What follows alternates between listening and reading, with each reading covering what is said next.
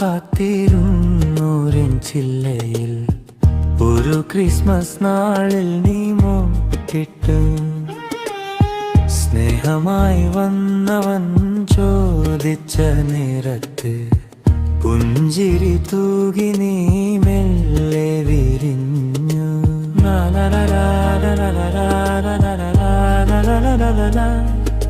La